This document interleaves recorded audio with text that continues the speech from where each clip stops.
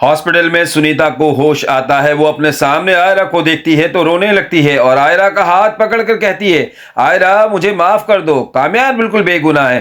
फरिया ने मुझे मुंह मांगे पैसे दिए थे और खावर ने कामयार के साथ मेरी वीडियो बनाकर वायरल कर दी थी ताकि तुम्हारे और कामयार की शादी टूट जाए। ये सुनते ही आयरा के पैरों तले जमीन निकल जाती है। इसे अपनी गलती का गहरा एहसास होता है। आयरा समझदारी का मुजाहरा करती है और इसी वक्त अपना मोबाइल निकालकर सुनीता का यह बयान रिकॉर्ड कर लेती है। सबूत हाथ में आते ही आयरा फौरन कामयार को कॉल करती है, लेकिन दूसरी तरफ एक अलग ही खेल चल रहा होता है। कामयार एक पार्टी में फरिया के साथ मौजूद होता है। वो अपना फोन मेज पर रखकर कहीं चला जाता है। इतने में आयरा की कॉल आती है। फरिया मोबाइल स्क्रीन पर आयरा का नाम देखती है और जल भुन जाती है। वो फौरन कॉल काट देती है और कामयार का मोबाइल बंद कर देती है ताकि कामयार और आयरा की बात ना हो सके। वो पूरी रात कामयार को अपने साथ ही रखती है।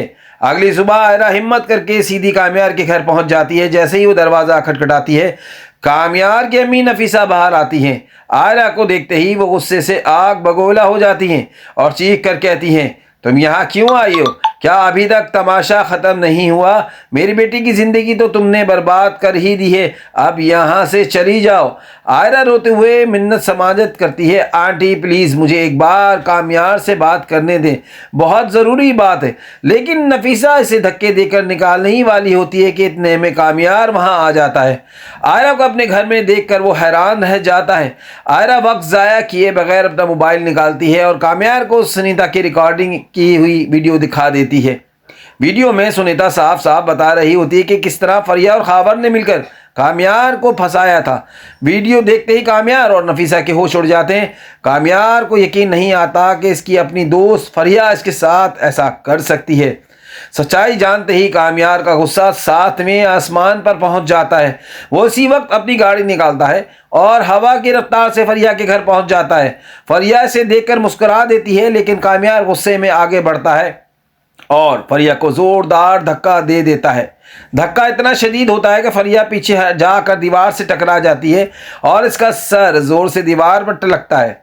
चोट लगते ही फरिया का ज़हनी तवाज़ुन बिगड़ जाता है और वो पागलों जैसी हरकतें करने लगती है। वो खून बहते सर के साथ हंसने लगती है और चिखते हुए कहती है, हाँ मैंने ही तुम्हें बदनाम किया था क्योंकि मैं तुमसे मोहब्बत करती हूँ। अगर तुम मेरे नहीं हो सके तो मैं तुम्हें किसी और का भी नहीं होने दूंगी। फरिया पूरी तरह पागल हो जाती है। कामयार इसी से हालत में से छोड़कर वहाँ से चला जाता है। इसके बाद कामयार और आयरा सीधे आयरा के घर जाते हैं। आयरा वो वीडियो इरफान साहब को दिखाती है। सच्चाई जानकर इरफान साहब को इतना पछतावा होता है कि इनकी आंखों से आंसू बहने लगते हैं। वो कामयार के साथ हाथ जोड़कर माफ़ी मांगते हैं और कहते हैं, बेटा मुझे माफ़ कर दो, मैं हीरा परखने में गलती कर बैठा। इरफान साहब फैसला करते हैं कि अब एक लम्हे की भी देरी नहीं होगी। वो इसी वक्त मौलवी साहब को बुला लेते हैं। इश्तियाक कामयार को लेकर मंडप में बैठा होता है कि घर का माहौल गम से खुशी में बदल जाता है। मौलवी साहब पूछते हैं, कामयार और आयरा क्या आपको ये निकाह कबूल है? दोनों एक दूसरे की आंखों में देखते हुए कहते हैं, हमें कबूल है। निकाह के बाद इरफान साहब खुशी खुशी अपनी बेटी को कामयार को रुखसत करते हैं। बिल्कुल 1 साल बाद कहानी में एक खूबसूरत मोड़ आता है। एक दिन अचानक आयरा की तबीयत बहुत ख़राब हो जाती है। कामयार घबराकर इसे फौरन अस्पताल ले जाता है। आयरा को लेबर रूम में ले जाया जाता है और कामयार बाहर बेचैनी से टहलने लगता है। कुछ देर बाद डॉक्टर बाहर आते हैं और मुस्कुराते हुए कहते हैं, मुबारक हो कामयार साहब, आपके यहाँ बेटे की पैदाइश हुई है। ये सुनते ही कामयार की खुशी का कोई ठिकाना नहीं रहता। वो दौड़कर अंदर जाता है, आयरा के माथे को चूमता है, अपने बच्चे को गोद में उठाता है और अल्लाह का शुक्र अदा करता है। दोस्तों, अगर आपको ये वीडियो और हैप्पी एंडिंग अच्छी लगी है तो हमारे चैनल को ज़रूर सब्सक्राइब करें और वीडियो को लाइक एंड शेयर करें।